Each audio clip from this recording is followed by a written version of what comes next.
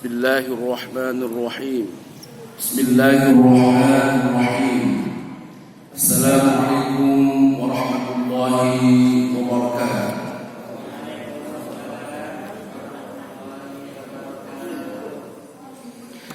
Alhamdulillahi rabbil alamin. Wassalatu wassalamu ala asyrafil anbiya'i wal mursalin. Nabiyyina Muhammadin wa ala alihi wa sahbihi wa man tabi'ahum bi ihsanin ila yaumiddin. Rabbi shrah li sadri wa yassir li amri wahlul 'uqdatam min lisani yafqahu qawli. Allahumma anfa'na bima 'allamtana wa 'allimna ma yanfa'una warzuqna 'ilman yanfa'una. Walhamdulillahi rabbil alamin. Semoga lapisan-lapisan keberkahan menghampiri kita, khususnya keluarga kita dan kaum muslimin, insyaallah dengan wasilah hadir kita di majlis yang diberkahi dalam rangka mencari satu ilmu dari ilmu-ilmu Allah Subhanahu wa ta'ala, yaitu kajian fiqih madhab Asy-Syafi'i dari kitab Al-Fiqhul Manhaji ala madhab Imam Syafi'i. Walhamdulillah, kita sudah memulai dalam pertemuan sebelumnya, yaitu tentang bab salat bagian 1 terkait dengan urgensi salat dan kemudian beberapa hal yang menjadi penting untuk kita kaji dalam muqaddimah tentang salat. Kemudian al-muallif atau penyusun memulai berikutnya dengan beberapa bahasan-bahasan, masuk kepada bahasan lebih dalam lagi tentang fikih salat ini. Pembahasan selanjutnya yaitu tentang syurutu sihhati as-shalah, tentang syarat-syarat sahnya sholat. Kalau kemudian kita sering jumpai dalam fikih-fikih berbahasa Indonesia, syarat-syarat sahnya sholat. Yang pertama adalah tentang makna syarti. Apa syarat itu sendiri, maknanya apa? Syartu syai' kullu ma yatawaqqafu alaihi wujudu dzalika syai'. Wa huwa laisa juz'an min, sesuatu yang ada dalam sesuatu yang lain, tetapi dia bukan bagian dari sesuatu itu. Sesuatu yang ada bahkan keberadaannya bersifat wajib, harus dikaitkan dengan sholat ini, maka dampaknya kepada sah atau tidaknya sholat ini. Namun dia laisa juz'an minhu, bukan bagian darinya. Berarti ada lagi yang merupakan wa huwa juz'un minhu, bagian darinya. Nanti namanya rukun kalau bagian darinya. Seperti kita membaca Al-Fatihah, dia bagian dari sholat, harus ada dan bagian darinya, menyebabkan tidak sah kalau tidak membacanya.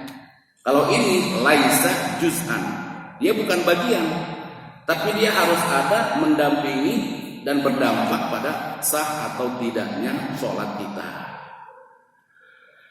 Nah, dicontohkan seperti halnya misalkan an-nabat, ini sebagai muqaddimah dulu, atau pohon-pohonan. Banyak faktor-faktor kenapa pohon-pohonan itu bisa tumbuh. Di antaranya kalau dia punya ketergantungan banyak dengan hujan, maka hujan itu merupakan faktor fal maqaru idan syartun liwujudin nabatat. Maka hujan merupakan faktor utama. Ini tentunya kalau kita kaitkan dengan tumbuh-tumbuhan yang memang banyak ketergantungannya dengan hujan. Artinya ada juga memang tumbuh-tumbuhan yang tidak terlalu banyak tergantung atau bisa menyimpan air dalam waktu yang cukup lama. Ini kita kecualikan.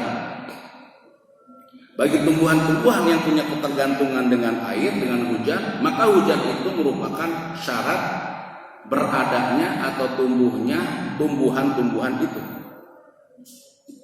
Hujan adalah sesuatu yang tidak berada di dalam tumbuhan tadi, tapi dia mendampingi, harus ada, sehingga kemudian bisa menyebabkan tumbuhan tadi menjadi tumbuh. Nah, ini kurang lebih kalau dicontohkan oleh penyusun dalam atau dikaitkannya dengan bagaimana tumbuhan itu punya ketergantungan dengan al-matar atau dengan yang namanya hujan. Nah, pun begitu. Bicara sholat, ada beberapa hal yang bukan bagian dari sholat, namun kalau dia tidak ada, maka bisa menyebabkan tidak sah sholatnya. Maka dalam bahasa singkatnya, syarat-syarat sahnya sholat. Baik, yang pertama apa? At-thaharah. Perlu kemudian ada thaharah, bersih. Bersih meliputi apa? Meliputi 3 hal. Hal yang pertama dibagi 2, hal yang kedua, hal yang ketiga. Hal yang pertama bersih apa? Thaharatu al-jism, badan. Nanti dibagi 2. Hal yang kedua, thaharatu asyab, pakaian. Ini enggak dibagi 2. Yang ketiga, thaharatu al-makan, tempat. Ini juga enggak dibagi 2. Berarti secara umum ada 3 hal yang harus kemudian bersih. Yang pertama badan kita, yang kedua pakaian kita, yang keempat atau yang ketiga adalah tempat kita. Hanya saja bagian yang pertama terkait badan kita, thaharahnya ada atau dibagi 2 macam. Yang pertama apa? Thaharatul jismi minal hadas. Bersih badan kita dari hadas. Yang kita kaji sebelumnya dalam bab thaharah, ada hadas, al-hadas al-asghar wal hadas al-akbar. Ada yang besar, ada hadas besar, ada hadas yang kecil. Yang kemudian masing-masing untuk menghilangkannya berbeda. Kalau yang kecil seperti dengan sebab sesuatu yang keluar dari kubul ataupun dubur, maka ini cukup. Kemudian dengan atau maknanya adalah lebih kepada yang kubulnya adalah kencing saja, bukan karena sebab berhubungan atau bukan air mani, maka kemudian menimbulkan hadas yang kecil, cukup dengan berwudu saja. Kalau kemudian kita sudah berhubungan badan atau keluar mani, maka menyebabkan hadasnya hadas yang akbar, menghilangkannya dengan mandi. Nah, pertama adalah badan kita harus bersih minal hadas, dari hadas baik yang besar ataupun yang kecil. Yang kedua apa? Thaharatul jismi minan najasa. Badan kita juga harus bersih dari najis. Nah, yang kedua ini, yang satu bagian 2, yang 2 dan 3 ini semakna. Bicara najis semuanya, badan kita harus juga bersih dari najis. Nanti yang kedua terkait dengan pakaian juga dari najis. Kemudian yang ketiga terkait dengan tempat juga dari najis. Jadi hanya bagian satu saja terkait badan kita dibagi 2. Karena ada satu yang kemudian juga harus bersih dari badan kita, yaitu minal hadas. 1B-nya minan najasa, 2-nya minan najasa, 3-nya minan najasa. Tempat kita, badan kita dari najis, wasiyabat kafafoh, dan bersihkanlah, toharakanlah siap pakaian-pakaian. Ini yang kemudian menjadi dalil. Dari apa? Dari najasa. Di antara dalil-dalil yang lain tentunya. Kemudian tempat juga. Tempat ini bagaimana dalilnya? Ada dalil yang khusus, ada juga bisa dikiaskan dengan thiyab. Dikiaskan dengan pakaian. Kalau yang khususnya apa? Yang diangkat oleh al-muallif tentang atau kemudian batasan tempat itu apa? Tempat yang kita gunakan oleh anggota badan kita untuk sholat. Jadi itu saja. Atau kalau kemudian kita sekarang ukur dengan sajadah barangkali agak lebih lebar dikit, ya sajadah itu saja. Apa dalilnya? diangkat di sini dalilnya adalah tentang seseorang A'rabi atau orang Badui, orang Arab pedalaman yang kita tahu masyhur hadisnya datang ke masjid Nabi, kan begitu. Kemudian dia apa? Buang air kecil atau kencing di situ. Kencing di salah satu pojokan masjid. Maka Nabi memerintahkan untuk membersihkannya.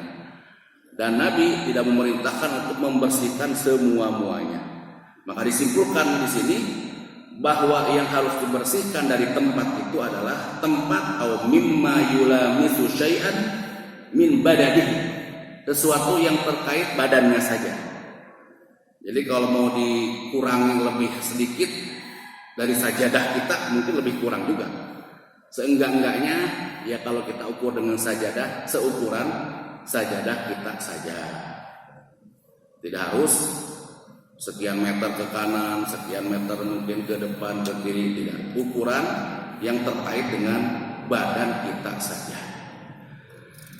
Nah, jamaah yang dirahmati Allah, ats-tsani yang kedua termasuk juga dari syarat sahnya salat, al-ilmu bidukhulil waqt. Harus tahu masuknya waktu. Artinya salat kita harus masuk waktunya. Inna sholata kanat 'alal mu'minina kitaban mawquta. Karena salat itu semuanya terkait dengan waktu-waktu. Waktunya sudah ditentukan. Maka nggak boleh kemudian kita melakukan salat di luar waktunya. Kalau kita melakukan salat kemudian di luar waktunya, bisa dua kondisinya. Kita berupaya dulu, ternyata yang kita lakukan atau salat kita di luar waktunya. Kalau sampai kemudian kita tidak tahu hal itu, kita anggap memang sudah masuk waktunya, ya tidak mengapa, diampuni insyaallah. Tapi kalau idza tabayyana lil musalli anna salatahu qad waqa'at qabla dukhulil waqt, kalau ternyata memang dia jelas tahu berikutnya dengan keterangan, oh ternyata tadi saya salat waktunya belum masuk. Sudah pasti berikutnya ada maklumat yang menerangkan itu misalkan. Berarti kan dia tahu yang benar, maka wajib kemudian dia untuk mengurangi atau mengulanginya. Tu'tabar batilatan wa tajibu i'adatuha. Maka salatnya batal dan wajib mengulangnya. Lagi-lagi ini kalau kemudian ada keterangan salatnya di luar waktunya. Kalau sampai terakhir dia tidak tahu, maka insya Allah dimaafu atau dimaafkan. Kaifiyatu ma'rifati dukhulil waqt. Bagaimana melihat waktu itu? Salat dikaitkan dengan waktu-waktu, semuanya ada waktunya. Bagaimana kemudian kita melihat waktu itu, menentukan waktu itu? Maka ada 3 macam cara untuk mengetahui waktu-waktu salat. Yang pertama apa? Al-ilmu al-yaqini. Ilmu yang yakin. Yang yakin artinya adalah bi ayya'tamid ala dalilin mahsusin. Sesuatu yang yakin terlihat, yang mahsus, yang langsung terlihat oleh panca indera. Apa contohnya? Seperti ru'yatus syams wahya, atau melihat matahari dan dia tenggelam di fil bahri, di di laut, atau kita bilang sunset ya. Kita lihat sunset, begitu kan? Maka mahsus, sesuatu yang mahsus, yang terlihat oleh panca indera, kan kelihatan tuh kalau di laut, sunset maupun sunrise ya. Kalau kita mau menghitung sunrise dikaitkan dengan masuknya sholat duha, ini lagi tulunya apakah qadar rumhin, apakah udah nyampe kira-kira 1 tombak atau enggak. Nah, bisa dilihat langsung di laut, baik ketika sunset ataupun ketika sunrise. Maka ini mahsus, terlihat, yang terlihat oleh panca indera, maka disebut dengan al-ilmul yaqini, ilmu yang yakin. Nanti kalau dikaitkan lagi dengan masalah yakin, ya ini lebih kepada ainul yakin, mata kita udah yakin, udah kelihatan. Maka ada istilah ainul yakin, ada haqqul yakin, ya, ada ilmul yakin. Nah, cara yang kedua adalah al-ijtihad, dengan berijtihad. Berijtihad contohnya dengan apa? Dengan dalil-dalil yang bodi, sifatnya sangkaan, sifatnya perkiraan, merupakan dalalatun ghairu mubasyirah. Ciri-ciri yang tidak langsung melihatnya kepada matahari. Tapi ada hal yang lain yang kemudian itu menjadi ciri, seperti apa? Qaudil, seperti bayangan. Nah, dalam keterangan tentang waktu-waktu sholat, misalkan apa? Sholat zuhur. Ya, sholat zuhur itu adalah ba'da zawal. Lagi-lagi kan ada 4 waktu atau 5 waktu yang diharamkan. Kalau ketika tengah-tengahnya banget, ini kan termasuk yang tidak boleh kita sholat. Makanya zuhur itu ba'da zawal.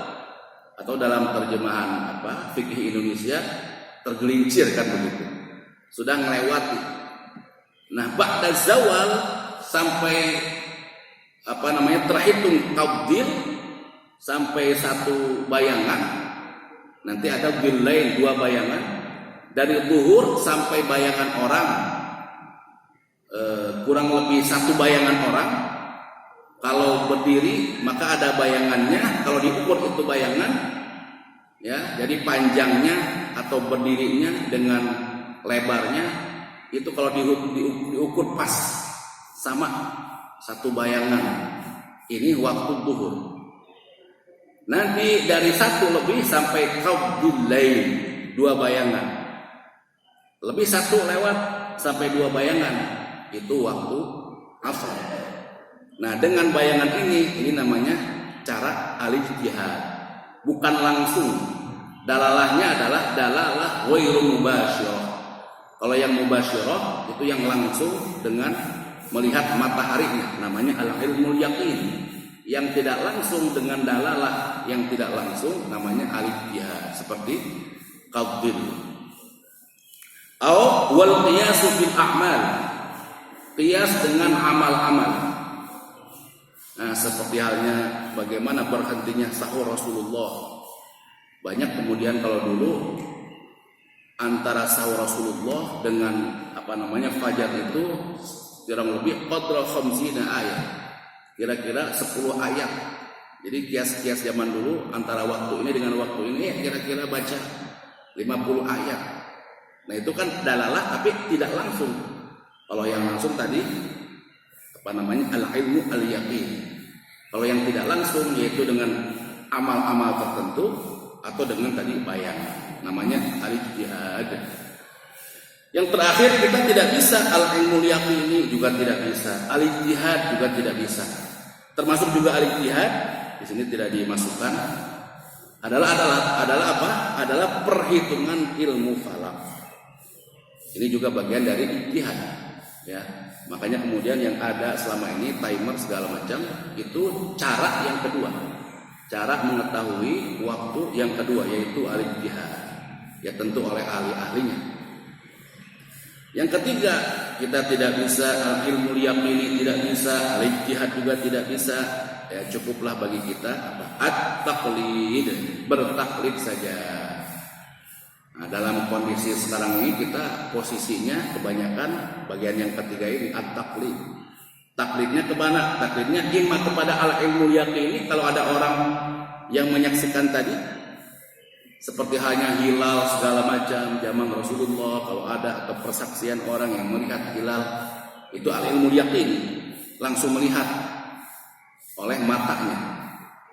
Nah, yang selama ini kita lakukan terkait sholat misalkan, maka kita bagian yang ketiga ini at-taqlid. Taklidnya kemana? Taklid kepada cara yang kedua yaitu al-ijtihad. Tentu ijtihad orang-orang yang mempunyai ilmunya dalam dunia fikih.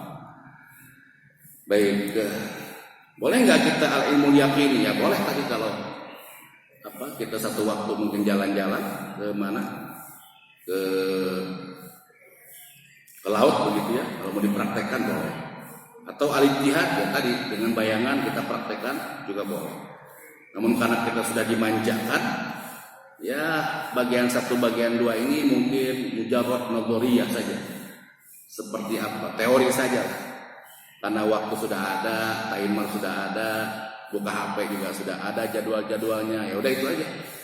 Nah, tapi kalau ingin meyakinkan, karena biar lebih kuat ilmu itu, kita coba ingin meyakinkan, ya boleh kita praktekkan, baik al-ilmu yaqini atau dengan al-ijtihad. Ats-tsalits, berikutnya jamaah yang dirahmati Allah, termasuk juga dari syarat sahnya salat adalah yang ketiga, satrul aurah, menutup aurat. Ya. Tentu bicara aurat nanti perdebatannya aurat siapa? Maka bicara aurat dalam agama kita, agama Islam, ada aurat atau batasan aurat laki-laki kemudian perempuan. Ya. Yang pertama, hududul aurah atau batasan aurah bin nisbah lirrajul. Kalau laki-laki seperti yang kita tahu, baina ar-rukbah, di antara apa namanya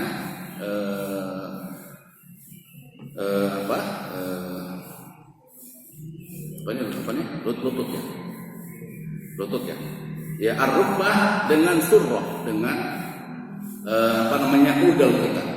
Nah, di antara itu saja. Maka selain itu lagi-lagi boleh. Namun berikutnya, apakah kemudian kita sholat boleh enggak dengan hanya menutup itu saja? Jawabannya ya boleh dan sah. Boleh dan sah. Namun lagi-lagi ya kita perlu melihat juga hal yang lain, masalah etika dan lain sebagainya. Sebagaimana ada pembahasan boleh enggak sholat ke masjid pakai sepatu, pakai sendal? Jawabannya ya boleh, asalkan tadi bicara tentang najasahnya, najisnya ya suci, tidak ada najisnya, boleh-boleh saja. Namun lagi-lagi kan zaman sekarang tidak seperti zaman dahulu, sholatnya beralaskan tanah, ya makanya pakai sendal. Makanya sahabat Ali satu waktu ketika sholat bersama Rasulullah, ada kalajengking datang, lagi sholat, diinjak langsung itu kalajengking. Kira-kira menginjaknya pakai apa? Ya pakai alas kaki. Kalau kalajengking ada diinjak nggak pakai alas kaki ya sama juga, membahayakan telapak ataupun anggota badan kita. Ya kurang lebih seperti itu. Ada aturan syariat, tapi kemudian juga yang namanya etika, kita hidup di satu zaman yang berbeda, peradabannya itu juga perlu kemudian kita junjung.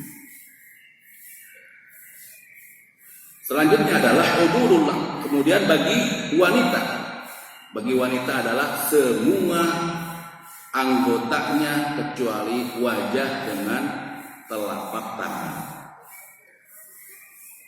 Al-Mu'allif membagi tentang batasan wanita dalam sholat dengan di luar sholat.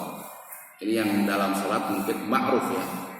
Ini yang di luar sholat agak sedikit perlu kita cerna, karena ini terkait tentang muamalah kita dengan mahram kita, dengan keluarga kita.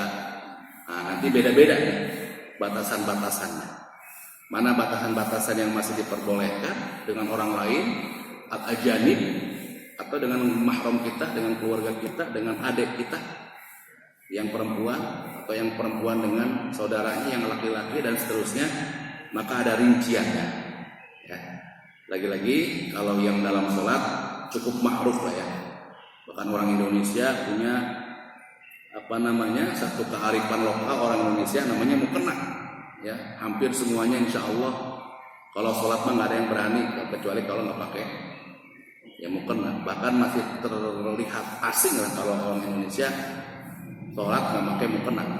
Ya kecuali mungkin di kota-kota lah ya. Kalau di kampung coba aja kita atau main ke kampung sholat, perempuan atau istri kita mukenanya nggak dipakai, maka akan terlihat asing lah seperti apa. Maka kalau ada mukena ya pakai saja mukena daripada terlihat aneh oleh orang lain sehingga menimbulkan perbincangan lah begitu ya. Nah, berikutnya adalah hududul aurah kharijas shalah. Nah, ini kalau di luar sholat bagaimana? Yang pertama dimulai dengan laki-laki dulu. Sama, batasan aurat laki-laki baik dalam sholat maupun di luar sholat. Yang menjadi aurat baginya adalah di antara lutut dengan udelnya. Maka yang lain-lain tidak mengapa kalau terlihat oleh temannya, baik yang laki-laki bukan keluarganya, mahramnya atau keluarganya, bapaknya, kemudian adiknya.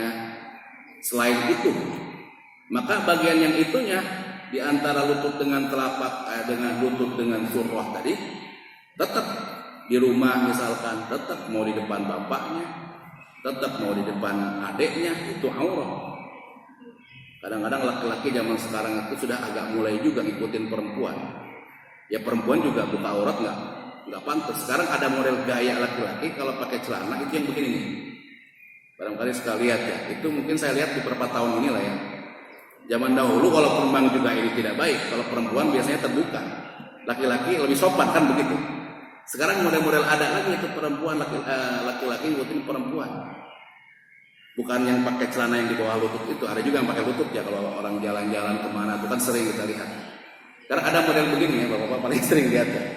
Biasanya kainnya celananya dari bukan bahan ya. Itu sering tuh kalau kita lihat ya, pakai kaos, pakai ini. Udah mulai ngikutin perempuan. Dulu kan perempuan yang biasanya membuka aurat, laki-laki sopan. Sekarang mulai itu ada keluar dari mobil, berangkat kemana, makan, santainya itu udah di atas lutut, yaitu aurat. Maka dimanapun, hatta kepada orang tua kita, hatta kepada adik kita.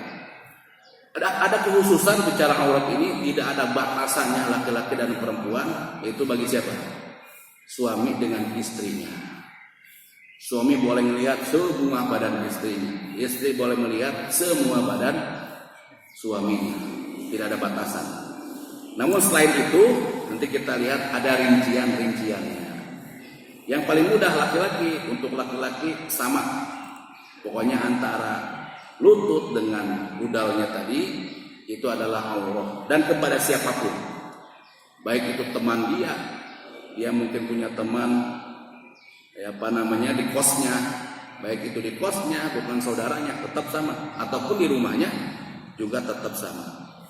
Dari kamar mandi ya pakai handuk atau dan lain sebagainya, maka handuknya ya harus handuk yang seenggak-enggaknya menutupi antara dua anggota tadi. Atau di rumah tadi kalau pakai celana ya model celana yang tadi pendek itu biasanya sering, apalagi kalau di rumah mungkin ya tetap maka maupun hatta di depan orang tuanya adalah aurat. Yang mari kemudian kita perhatikan ada rincian agak lebih rumit sedikit. Ini adalah kalau batasan aurat perempuan. Rincian pertama di depan siapa dulu? Yang pertama adalah indan nisa al-muslimat. Di depan wanita-wanita muslimat. Ini dibagi dua pembahasannya. Kenapa nisa muslimat? Nanti ada nisa secara umum yang kafirat. Berbeda. Di depan perempuan-perempuan kafir dengan di depan perempuan-perempuan muslimah.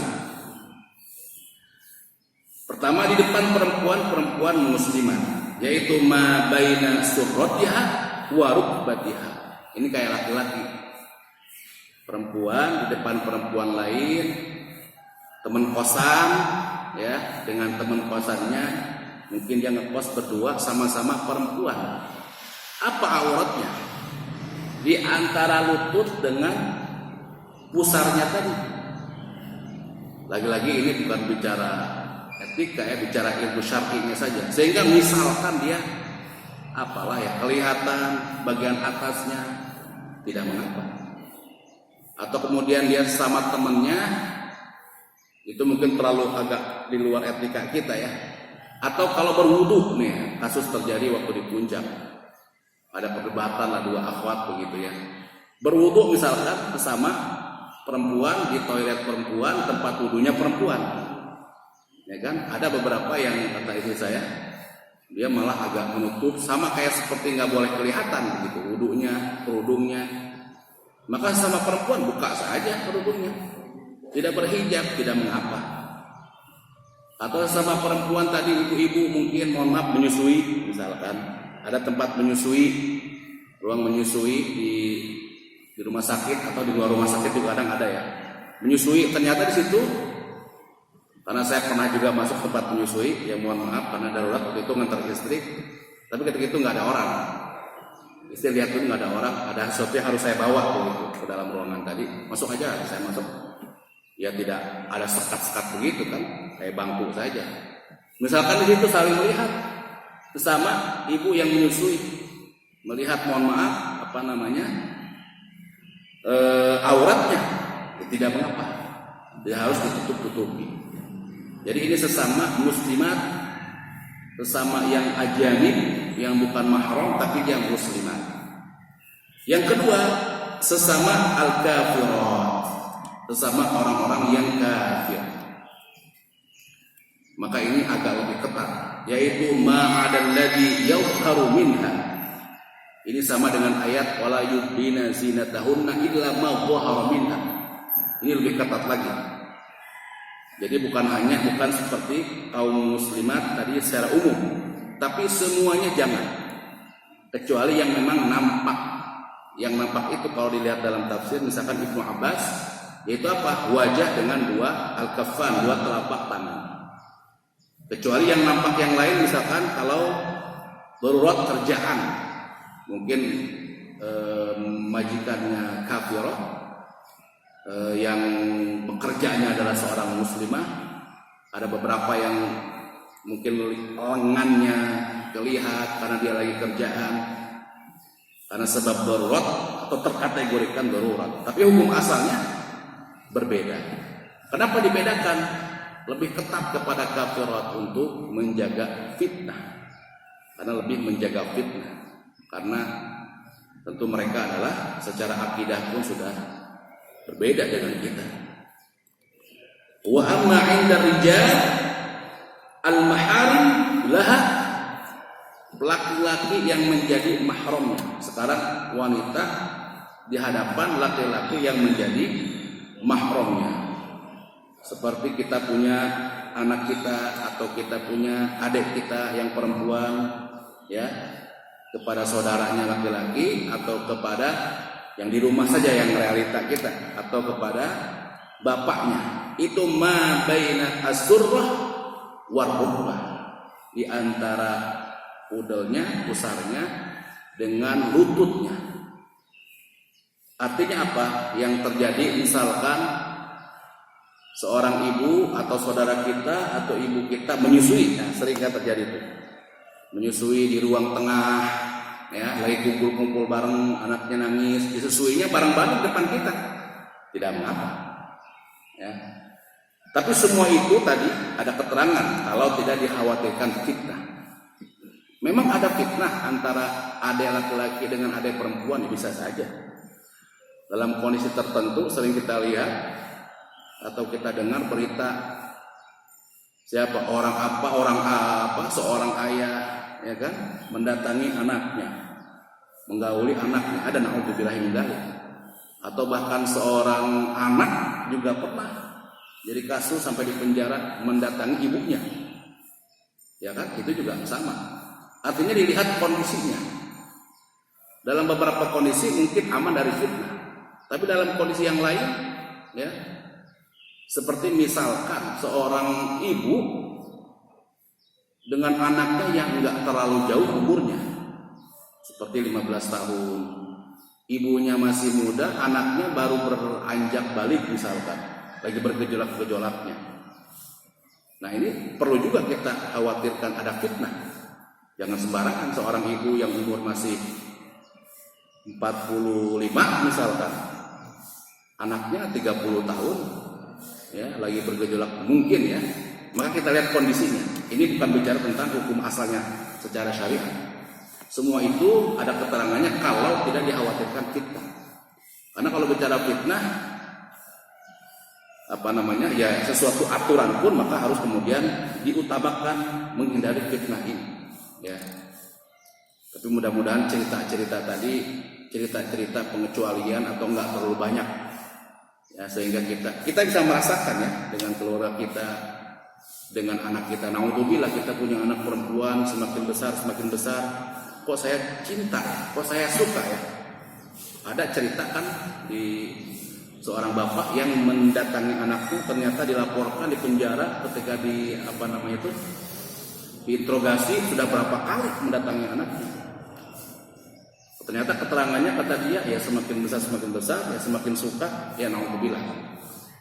Mudah-mudahan itu semua berita-berita hitungannya pengecualian lah. Maka kalau kemudian aman dari fitnah, beginilah aturannya. Laki-laki atau di hadapan laki-laki yang mahramnya, yaitu atau auratnya ma baina as-surrah wa rukbah, di antara udelnya atau pusarnya dan lututnya. Wa amma inda rijal al-ajanib, di antara laki-laki atau di hadapan laki-laki yang bukan mahramnya. Kalau ini agak masyhur ya, maka ada dua pandangan pengecualiannya atau perbedaannya pada pengecualian. Maka wanita, semua badan wanita jami'uha auratun, semuanya adalah aurat, tinggal perbedaannya adalah pengecualiannya. Pengecualian yang pertama adalah kecuali muka dengan telapak tangan. Di antara riwayatnya atau dalilnya adalah dalil hadits Asma binti Abi Bakar. Nabi mengatakan kepada Asma, wahai Asma, kalau perempuan sudah sampai kepada haidnya, fala yasduh ayyura minha, enggak boleh kelihatan dari si perempuan tadi, illa hadza wa hadza, kecuali ini dan ini. Dan Nabi menunjuk kepada muka dengan telapak tangan. Ini yang kemudian menjadi dalil bagi sebagian ulama yang mengatakan bahwa pengecualian dari aurat wanita adalah muka dengan telapak tangan. Pandangan yang lain semuanya pengecualian yang beda, yaitu apa? Telapak tangan saja. Ada nggak pandangan yang lain? Tidak ada di antara ulama yang muktamad ini aja sudah. Tidak ada. Ya. Maka hanya telapak tangannya saja. Maka bagi pandangan yang kedua, maka diwajibkan untuk menggunakan yang namanya an-niqab. Di antara alasan secara logika yang lain bahwa sesungguhnya perempuan itu dalam ayat la yubdina zinatahunna, tidak boleh menampakkan zinahnya.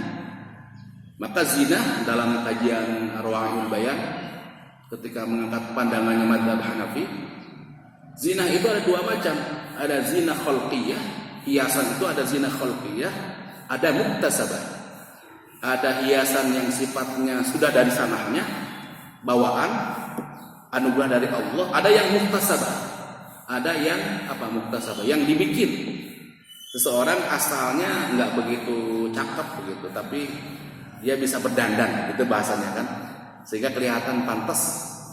Ada yang dari sananya dia nggak dandan pun memang udah cakep. Dia katanya bangun tidur aja cakep, gitu bahasanya kan. Orang katanya kalau dilihat asli cakepnya itu dari mana? Ketika bangun tidur. Maka ada satu istilah al-jamilu jamilun walau qama ba'da an-naum wal qabihu qabihun walau tazayyana kulla yawm. Orang yang kalau dari sananya udah cakep, tetap aja dia cakep walaupun bangun tidur. Tapi kalau orang yang mohon maaf jelek, begitu tetap aja jelek walaupun dia berhias setiap hari, gitu kan. Nah, muka itu termasuk zina khalqiyah. Orang atau muka perempuan cantik segala macam. Justru itu pusat fitnah bagi pendapat yang kedua tadi. Itu zinahnya khalqiyah, udah bawaan dari sana. Maka dari itu bagi pandangan yang kedua, pengecualiannya hanya telapak tangan saja. Maka tidak usah lagi kemudian rame-rame, ya ada yang bercadar, ya tidak mengapa, sudah kembalikan, lapangkan dada, tidak usah ditambahkan label-label dan lain sebagainya. Atau kemudian yang melihat yang bercadar, melihat yang tidak bercadar, ya juga sama, karena ini juga bagian dari pandangan-pandangan atau perdebatan-perdebatan ulama. Baik. Selanjutnya adalah halat jawazi kashfil aurah. Ada kondisi-kondisi tertentu diperbolehkan kita atau perempuan membuka auratnya. Nanti disimpulkan semuanya ini kaidahnya adalah pertama hajat, yang kedua adalah ad-darurat. Karena darurat dan karena keperluan yang mendesak. Karena kemaslahatan yang lebih besar, itu di poin utamanya. Apa di antara contoh-contohnya? Yang pertama adalah indal khitbah li ajlin nikah. Ketika khitbah, ketika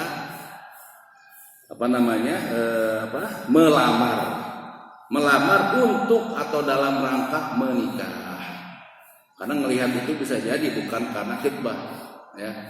Kalau tujuannya khitbah atau kemudian ta'aruf, intinya adalah memang serius untuk menikah, begitu. Maka ada namanya nadhar, ya, melihat. Boleh nggak melihat? Boleh. Nanti ulama memang ada yang mengatakan batasannya, ada yang menyebutkan lebih ketat, ada. Nggak usah dilihat, lihat saja dari telapak tangannya katanya. Ya, kalau telapak tangannya bersih, subur, maka itu menunjukkan juga mukanya dan kesuburan dirinya. Sudah. Agak susah juga kalau kita memang pakai pandangan ini. Ya, ada juga kalau mau kita agak lebih longgar, maka ada nadhar tadi. Boleh kita melihat, tapi syaratnya ditemanin oleh mahramnya. Ya baik-baik, datang ke rumahnya, ditemenin, kita bersilaturahim, ada orang tuanya, ya ada mahramnya. Ini diperbolehkan karena kemaslahatan. Yang kedua, an-nadhar lisyahadah. Dalam rangka syahadah, dalam rangka persaksian. Ya. Dalam persidangan. Ini yang bersaksi benar nggak orang ini? Jangan-jangan dia orang yang lain, ditutupi saja nih auratnya. Atau hal yang lain-lain, atau otopsi segala macam, boleh. Ya.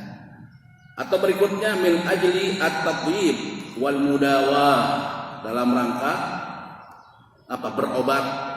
Nah, boleh berobat. Mohon maaf, misalkan ada perempuan yang wasir, begitu kan? Wasir, pasti langsung oleh dokter dibuka langsung aja. Dan dokter juga, ini bedanya dokter dengan kita. Katanya dokter kan memang ketika melihat aurat itu, katanya ya, saya juga tidak tahu, karena sudah biasa, jadi di bawah alam sadar. Kalau kita kan lain mungkin ya.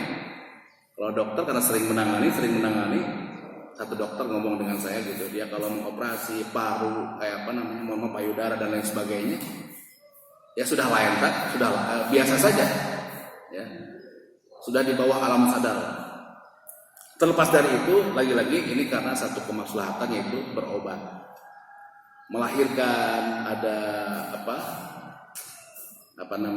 dokter kandungan, ya.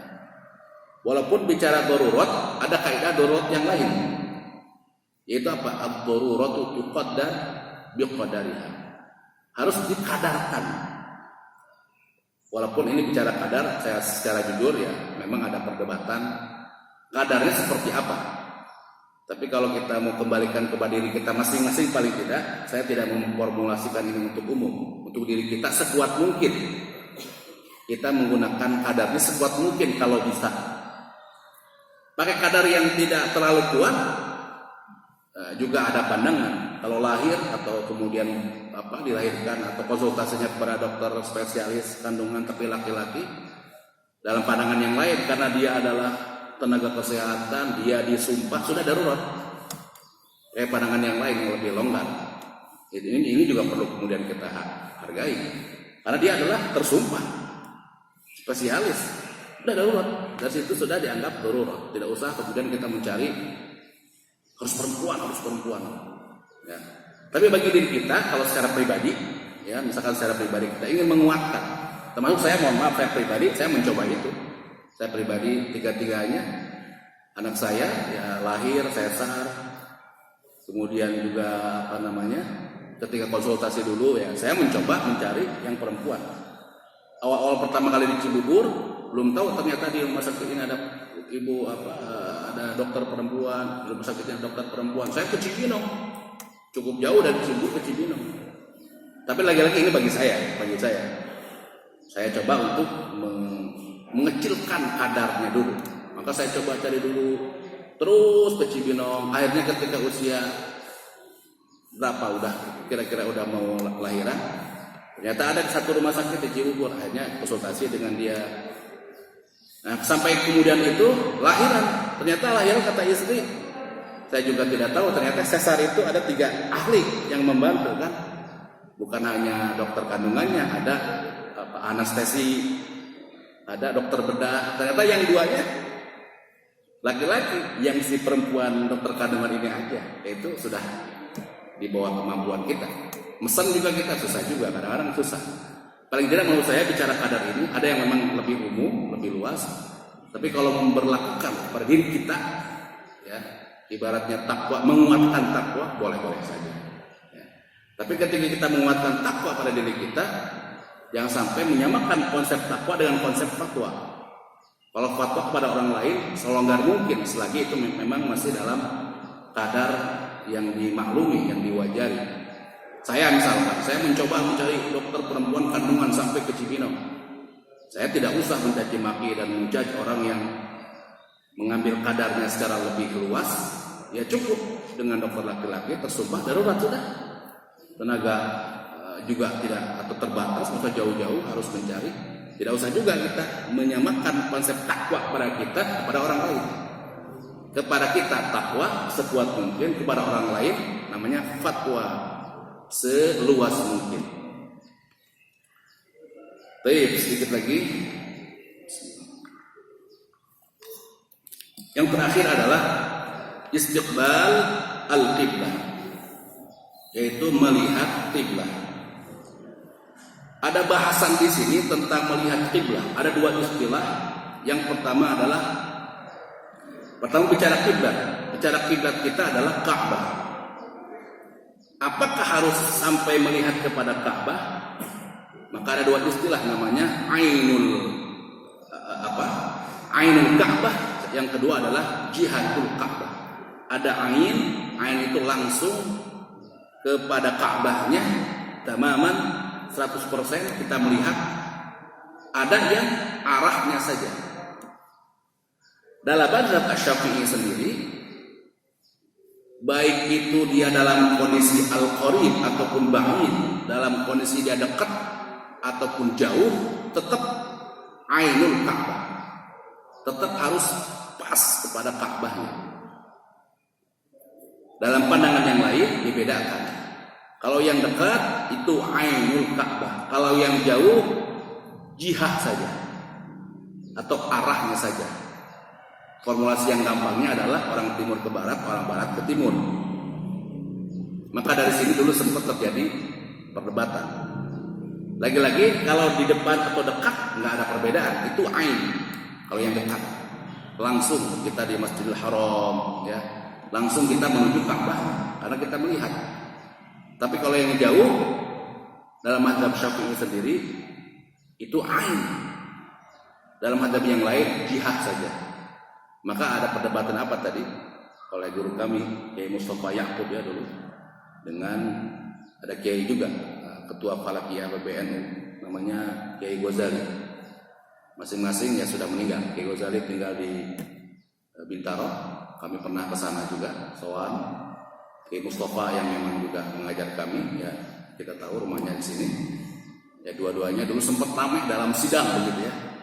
Ketika terjadi banyak gempa ketika itu, sehingga banyak mesti diukur kembali karena pengen mencoba percis ya, dengan kompasnya. Tujuannya adalah ain.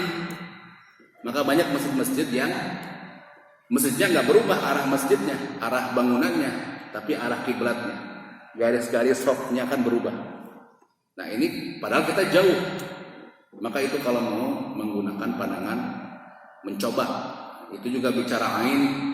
Kalau kata Kiai Mustafa, ambil aja satu benang, bawa sana ke Saudi. Sampai apa tidak, itu goyonan lah, goyonan. Tetap ini merupakan satu hal yang diperdebatkan. Maka kalau yang seperti itu berarti mencoba mengambil pandangannya mazhab Asy-Syafi'i.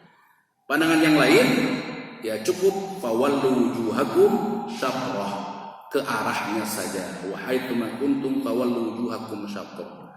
Karena sesuatu yang sulit untuk kita memastikannya, maka cukup ke arahnya saja.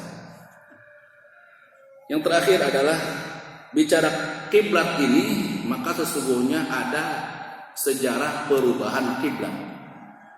riwayat dari Al-Bukhari dengan Muslim bahwa sesungguhnya Rasulullah Shallallahu Alaihi Wasallam itu sholat menghadap Bait Al-Maqdis itu selama 16 atau 17 syahran, selama 16 ataupun 17 bulan. Dan Rasulullah sangat cinta, sangat suka untuk menghadap Ka'bah. Maka turunlah ayat qad nara taqalluba wajhika fis sama' falanuwalliyannaka qiblatan tardhaha fawalli wajhaka syatral masjidil haram.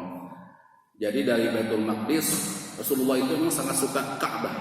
Sampai-sampai satu waktu Rasulullah sering melihatnya kalau sholat ke atas, saking ingin berpaling melihat ke Ka'bah.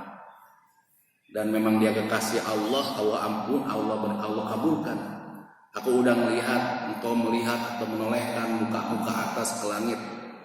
Karena memang suka dengan Ka'bah, nggak bisa lagi menghadap Ka'bah. Ya udah kalau gitu, fawalli wajhaka syatral masjidil haram. Engkau silakan kembali ke Ka'bah lagi.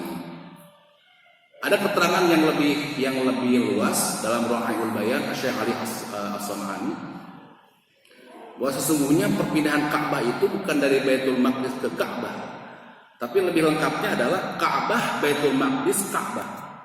3 sebetulnya. Ka'bah, Baitul Maqdis, Ka'bah.